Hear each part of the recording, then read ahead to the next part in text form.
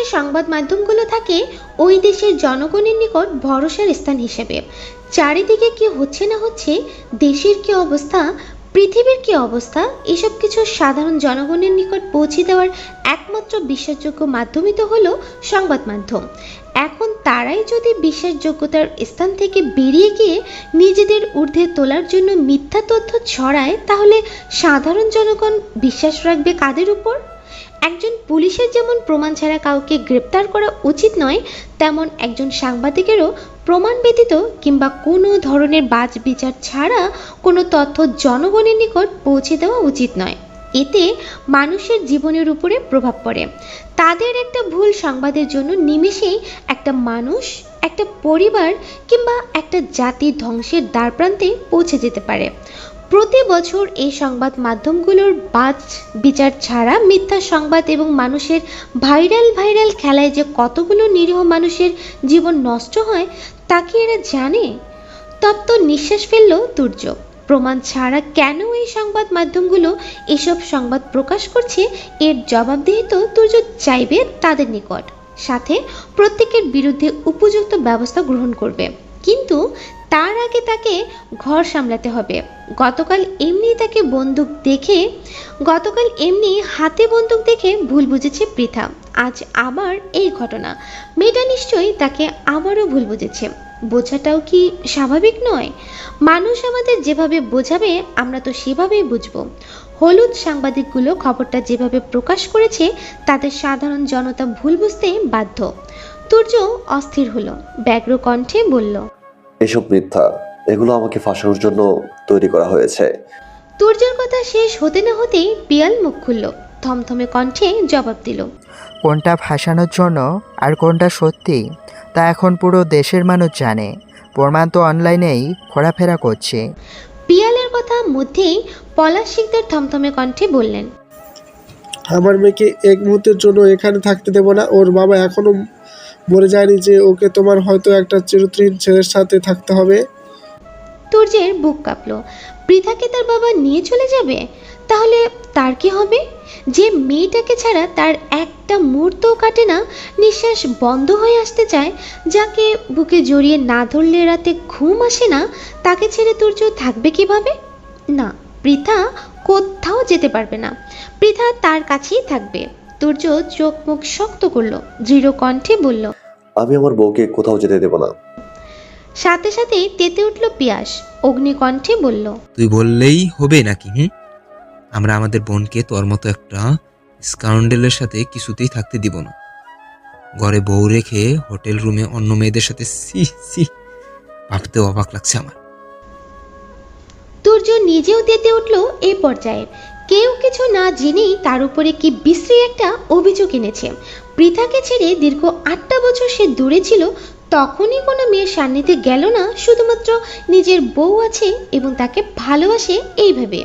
আর আজ পৃথাকে এতটা কাছে পেয়ে, নিজের করে পেয়েও অন্যত্র যাবে। তবে এই মুহূর্তে তুর্য সবচেয়ে বেশি আশ্চর্য হলো নিজের পরিবারকে দেখে। তাদের সম্মুখে পলাশ শিকদার এবং পিয়াল এতগুলো কথা বলল তুর্যকে, চরিত্রহীনের উপাধিও পর্যন্ত দিল, অথচ কেউ একটু প্রতিবাদ করলো না। তার পরিবার কি তার উপর এইটুকু বিশ্বাস রাখতে পারলো না?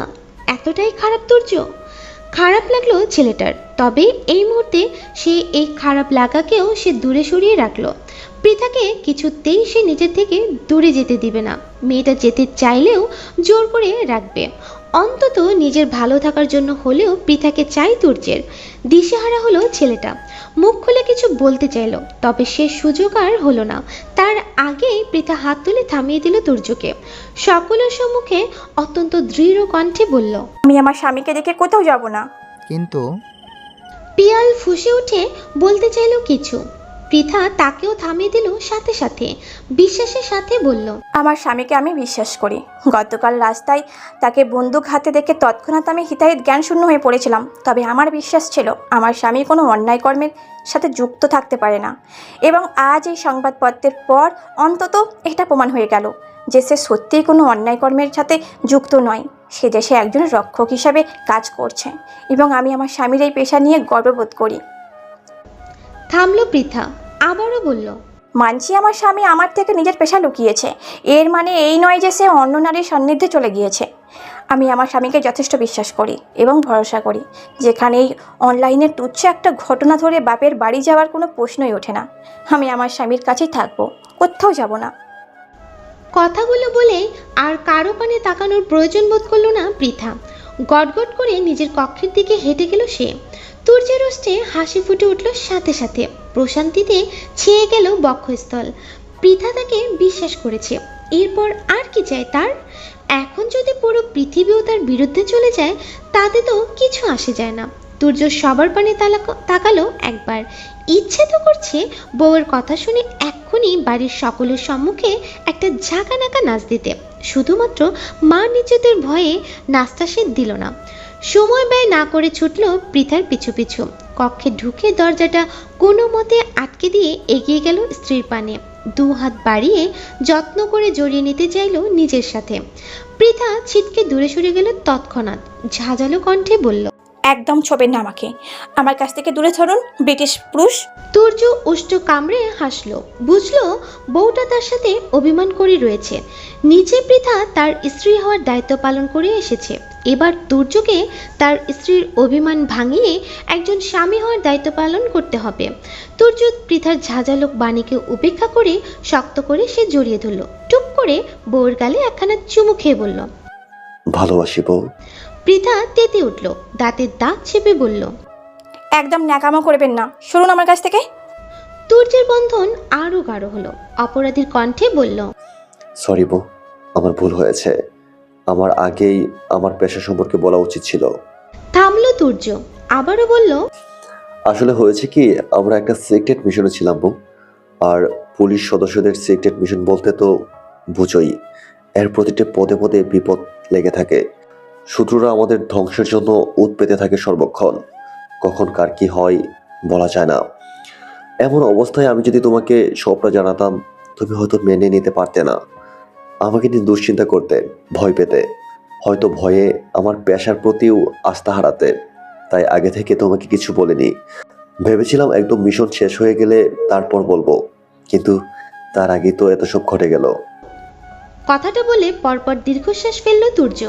কণ্ঠ কিছুটা স্বাভাবিক করে বলল, সামাজিক যোগাযোগ মাধ্যমে যে ছবিগুলো দেখছো, ওগুলো আমাদের মিশনেরই একটা অংশ ছিল।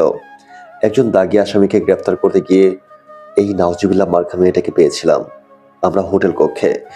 আরশও ছিল আমার সাথে, যদিও শুধুমাত্র আমাকে ফাঁসানোর জন্য তাকে কাটছাট করে ছবি থেকে বের করে দেওয়া হয়েছে। পৃথা মনোযোগ দিয়ে শুনল তুর্যের সব কথা, ভেঙচি কেটে বলল, হয়েছে, এত কৈফিয়ত দিতে হবে না আমাকে, আমি আপনাকে বিশ্বাস করি। তুর্য হাসল, একটু ঝুঁকে পৃথার কপালে একখানা চুমু খেয়ে বলল, এর জন্যই তো আমি আমার বউটাকে এতটা ভালোবাসি। পৃথা ভেঙচি কাটলো আবারও। একটু সময় নিয়ে প্রশ্ন বলল, একটা কথা বলুন তো, আপনি তো বিদেশে ছিলেন, এলেন কিছুদিন আগে, তাহলে আপনি এই চাকরি কখন পেলেন? তারপর আবার মিশন। ফোঁস করে একটা নিঃশ্বাস ফেলল তুর্য, কণ্ঠ স্বাভাবিক রেখেই বলল, পড়াশোনা শেষ করে আমি প্রায় 3 বছর আগে সকলের অগোচরে দেশে ফিরছিলাম।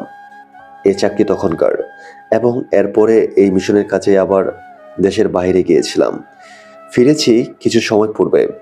আমার এই কিছু সময় পূর্বে ফেরাটাই সকলে জানে, বা আমি জানিয়েছি, তার আগেটা কেউ জানে না। পৃথার হৃদয়ে ঘনীভূত অভিমানেরা আরো গাঢ় রূপ ধারণ করলো তুর্যের কথা শ্রাবণে। অভিমানী কণ্ঠে সে বলল, 3 বছর আগে দেশে ফিরেছিলেন, কিন্তু একটা বারো খোঁজ নিলেন না আমার।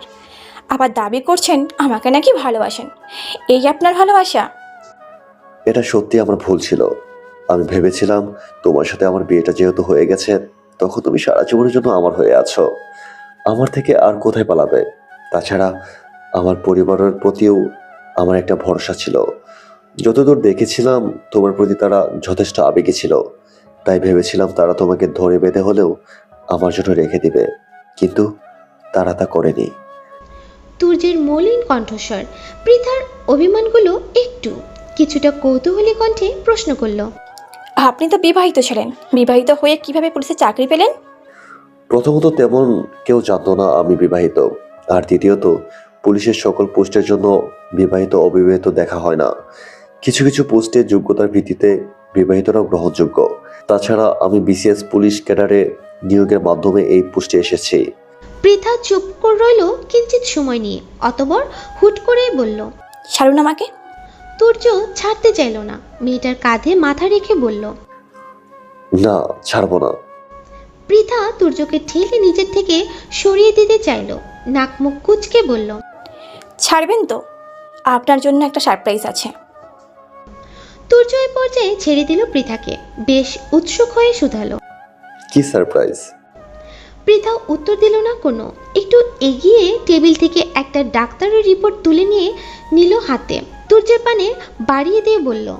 পড়ে দেখুন। তুর্য কিছুটা ঘাবড়ে গেল, কি আছে এই রিপোর্টে? আর পৃথাই বা এত আয়োজন করে এই রিপোর্ট তাকে পড়তে কেন দিল? কোনো বড় অসুখ টসুখ করেছে নাকি মেয়েটার? তুর্যের হৃদয় ব্যাকুলতা ছেয়ে গেল। সময় নষ্ট না করে সে পড়তে শুরু করলো রিপোর্টটা। হুট করে রিপোর্টের একটা স্থানে চোখ আটকে গেল, চমকে উঠল, তাকালো পৃথার পানে। পৃথা বুঝলো এই তাকানোর মানে, ভেঙচি কেটে সে বলল, এখনই বলতে চাইছিলাম, লুকিয়ে রাখতে চাইছিলাম সবটা, কিন্তু আমি তো আর আপনার মতো ব্রিটিশ নই, তাই আর লুকিয়ে রাখতে পারলাম না। তুর্যের কর্ণে যেন পৌঁছালো না পৃথার বলা একটা কথাও। সে ভ্যাবলার মতো বসে রইল ওভাবেই, নিজ চোখকে যেন বিশ্বাস করতে পারছে না এই মুহূর্তে। বেচারা আরেকবার বলল রিপোর্টটা, অতঃপর হুট করে ছুটে এসে জড়িয়ে ধরল পৃথাকে, আবেগী কণ্ঠে বলল, আমি যা দেখছি তা কি সত্যি বউ, নাকি সবটা স্বপ্ন? পৃথা ওষ্ঠ প্রসারিত করে হাসল, দুই হাত বাড়িয়ে নিজের সাথে আলতোভাবে জড়িয়ে ধরল তুর্যকে, মৃদু কণ্ঠে বলল, একদম সত্যি। দেখছেন মিস্টার তুর্য চৌধুরী, আপনি অতি শীঘ্রই বাবা হতে চলেছেন। এবার অন্তত নিজের পাগলামি তো ছাড়ুন মশাই। তুর্য সাথে সাথে প্রতিবাদ করলো পৃথার কথার। উৎফুল্ল চিত্তে সে বলল, এখন আরো বেশি পাগলামি করব। আগে পাগলামি করেছি একা, এখন পাগলামি করব আমার ছাওপোনাদের নিয়ে। কেউ আটকাতে পারবে না আমাদের। লাল নীল সবুজ বাতির আলোয় ঝলমলে করছে আজ চৌধুরী বাড়ি। পুরো বাড়ি কানায় কানায় পরিপূর্ণ হয়ে উঠেছে অতিথিদের আগমনে। হবেই বা না কেন, আজ যে ইরা এবং আরুষের বিয়ে। ইতিমধ্যে আরুষের বাড়ির লোকেরা বরযাত্রী সহ চলে এসেছে এ বাড়িতে। আরুষকে বসতে দেওয়া হয়েছে স্টেজে সুসজ্জিত এক রাজকীয় চেয়ারে, আর ইরার অবস্থান তার পাশেই। মেয়েটাকে আজ পার্লার থেকে ভারী মেকআপের আবরণে সাজিয়ে আনা হয়েছে, আর সাথে শরীরে তো ভারী লেহেঙ্গা আছেই। আরুষ একটু পরপর আর চোখে দেখছে নিজের প্রেয়সীকে। মেয়েটাকে কি সুন্দর লাগছে আজ। বিয়ের সাজে সম্ভবত সব নারীকে আলাদাভাবে সুন্দর লাগে। আরুষ নিজ চেয়ারে একটু চেপে বসলো, সকলের অগোচরে কথা বলতে চাইলো ইরার সাথে, কিন্তু এখানেও তার শত্রুর আগমন। কোথা থেকে হুট করে আগমন ঘটলো পৃথা, আর তার পিছু পিছু তুর্যের। তুর্য পৃথার পিছু পিছু হাঁটছে, আর সেকেন্ডে সেকেন্ডে সাবধানে বাণী আস্তে হাঁটো বউ, এই সময় এত জোরে হাঁটতে হয় না। আমার টিয়া পাখি ছানাদের কষ্ট হবে যে। হাঁকছে। পৃথার এই মুহূর্তে ইচ্ছে করছে নিজের কপাল নিজের চাপড়ে ফাটিয়ে ফেলতে। কোন দুঃখ যে সে এই পাগল লোককে বলতে গিয়েছিল যে সে প্রেগনেন্ট। যখন থেকে এই লোক জেনেছে পৃথা প্রেগনেন্ট আর সে বাবা হতে চলেছে, তখন থেকে না পৃথার পাশ থেকে একটা সেকেন্ড নড়ছে, আর না মেয়েটাকে একটু শান্তিতে থাকতে দিয়েছে। না খাওয়াতে শান্তি দিয়েছে, না বসাতে, না শোয়াতে, না ঘুমাতে। তার উপর আবার ইরার বিয়ে উপলক্ষে অফিস থেকে লম্বা ছুটি নিয়েছে। এখন তো আর চেঁচিয়েও কোনো লাভ নেই এর উপর। বোম মেরেও কেউ একে সরাতে পারবে না বউয়ের নিকট থেকে। পৃথা মাঝে মাঝে আশ্চর্য বনে যায়, একটা লোক কিভাবে এতটা নির্লজ্জ ধাঁচের হতে পারে। তারপর সৃষ্টিকর্তার কৃপা হয়েছেও না হয়, তাই বলে সেই নির্লজ্জ লোকটাকে পৃথার কপালে পড়তে হলো। পৃথা হতাশার নিঃশ্বাস ফেলল। এমনিতেও এই লোকের পাল্লায় পড়ে জীবনের শান্তি নেই কোনো। এখন আবার এই লোকের উপাধি দেওয়া টিয়া পাখির ছানা যতক্ষণ তার পেটে থাকবে ততক্ষণ অত্যাচারেরও শেষ থাকবে না। আধার ঘনিয়েছে চারিদিকে। বিয়ে বাড়ির হইচই কলরব এই মুহূর্তে ফিকে হয়ে পড়েছে অনেকটা। তবে জ্যোৎস্না রাত আজ, আধারে ঢাকা আকাশটায় গোল থালার ন্যায় রূপালী এক চাঁদ স্থান করে নিয়েছে। চারিদিক সেজে উঠেছে চাঁদের মধুময় মিষ্টি আলোয়। তবুও ইরার কেমন যেন ভয় ভয় করছে। পুষ্প সজ্জিত এক সুন্দর কক্ষে বসে রয়েছে মেয়েটা। বাসরাত আজ তার। অজানা ভয়, সংকোচ, সংশয় পুরো দিনই আজ ঘিরে রেখেছিল তাকে। তবে ভাবি বান্ধবীদের হাসি ঠাট্টায় তখন এতটা ভয় টের পায়নি। কিন্তু এখন তো সে একা।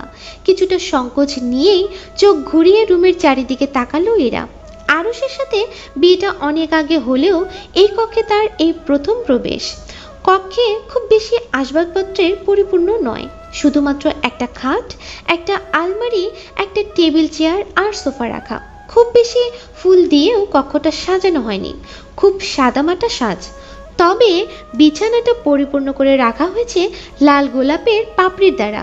মধ্য বরাবর আবার গোলাপের পাপড়ি দিয়েই দুটো অক্ষর বসানো হয়েছে, A+E। ইরার পুরো কক্ষে নজর বোলাতেই মধ্যে হঠাৎ কর্ণে পৌঁছালো চেঁচামেচির আওয়াজ। সম্ভবত বাহিরে আরুষের কাজের মহল বাসরের টাকা আদায়ের জন্য ধরেছে আরুষকে। ইরার মন প্রাণ কেমন অন্যরকম অনুভূতিতে ছেয়ে গেল, শীতলতায় ছেয়ে গেল সর্বাঙ্গ। এমনি এক হাত ঘোমটা টানা ছিল তার মস্তকে। সে ঘোমটাটা আরও একটু টেনে তার পরিধি বাড়িয়ে নিল। আর বেচারা আরুষ ভেবেছিল তুর্যদের বাড়ি থেকে বউ নিয়ে এসেছে মানে বউ পেয়ে গেছে, এরপর আর কোনো বাধা বিপত্তি ছাড়াই বউকে আপন করে নিতে পারবে। কিন্তু তার হলো কই? এ বাড়িতে এসে বিয়ের নিয়ম কানুন পালন করতে করতেই তো অর্ধরাত। তারপর আবার এই কাজিন মহলের উৎপাত। টাকা ছাড়া কিছুতেই বাসর করে ঢুকতে দিবে না, একদম তালা ঝুলিয়ে দিয়েছে ঘরের দরজায়। বিস্ময়ে চোয়াল ঝুলে পড়ল আরুষের, কপাল কুঁচকে বলল, আমার বাসর আমার বউ, তোদের টাকা দেবো কেন? কাজিল মহলের একজন সাথে সাথে জবাবে বলল, তোমার বাসর তোমার বউ, কিন্তু তালা তো আমাদের। টাকা দিবে না, তালার চাবিও পাবে না। আজ বাসর রাতের মতো একটা সুন্দর রাতও সারা রাত কাটাও বউহীনা।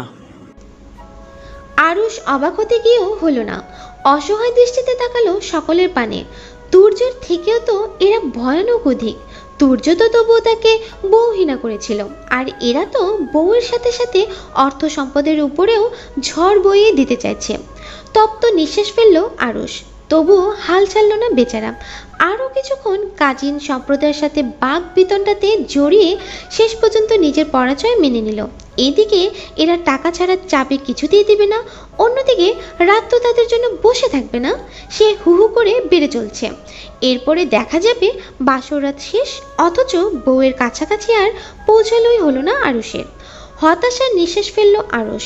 অসহায় মুখভঙ্গিতে পকেট থেকে টাকা বের করে দিল কাজিন সম্প্রদায়ের হাতে।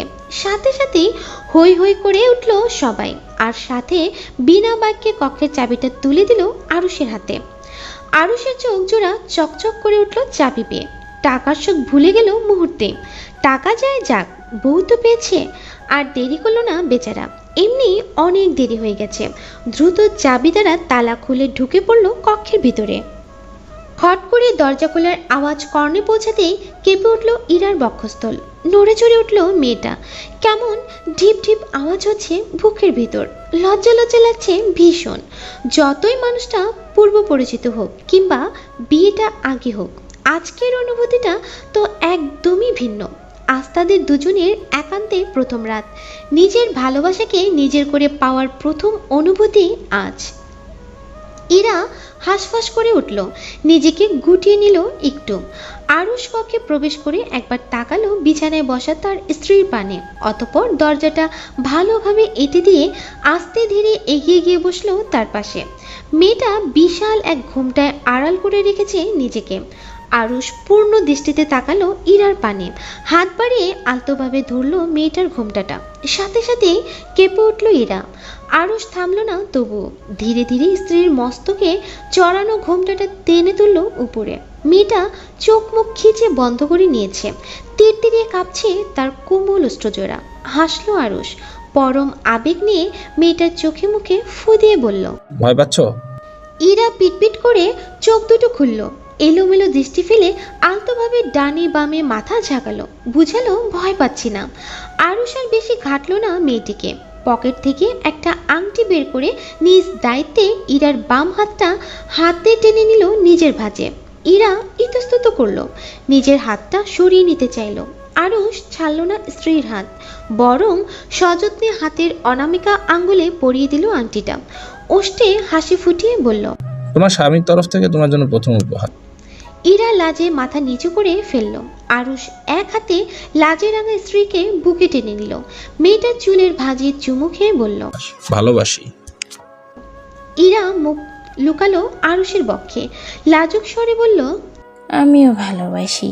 সময় বয়ে চলেছে নিজের গতিতে, সে অপেক্ষা করে থাকে না কারো জন্য।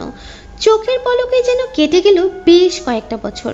সময় বদলেছে, তার সাথে বদলে গিয়েছে চারপাশের পরিবেশ, মানুষ এবং সম্পর্ক। শহরের বুকটা আগের তুলনায় আধুনিক হয়ে উঠেছে আরও। ইরা সন্তান সম্ভবা, প্রেগনেন্সির 5 মাস চলছে মেয়েটার। পিয়াসের সাথে হৃদেরও বিয়ে হয়ে গেছে বেশ কিছু সময় পূর্বে। আর বাকি রইল পৃথা আর তুর্য। তাদের ঘর আলো করে ইতিমধ্যে চলে এসেছে এক পুত্র সন্তান, নাম রেখেছে তূর্ণ। দেখতে শুনতে কিছুটা মায়ের মতো হলেও চরিত্র তার হুবাহু বাবার মতো। এই যেন তুর্যেরই আরেক সত্তা। রাত নেমেছে ধরণীতে। শহরের বুকটা ইতিমধ্যে আলোকিত হয়ে উঠেছে কৃত্রিম সোডিয়ামের আলোয়। তুর্য সারাদিন পর বাড়িতে ফিরল মাত্রই। বাবার আগমনে বার্তা ছোট্ট তূর্ণের কর্ণে পৌঁছাতে সে কাঁদতে কাঁদতে ছুটল সেদিকে। রাতের এই সময়ে ছেলেকে এভাবে কাঁদতে দেখে অবাক হলো কিছুটা। ভ্রু বাঁকিয়ে ছেলেকে প্রশ্ন করল, কাঁদছো কেন বাবা, কি হয়েছে?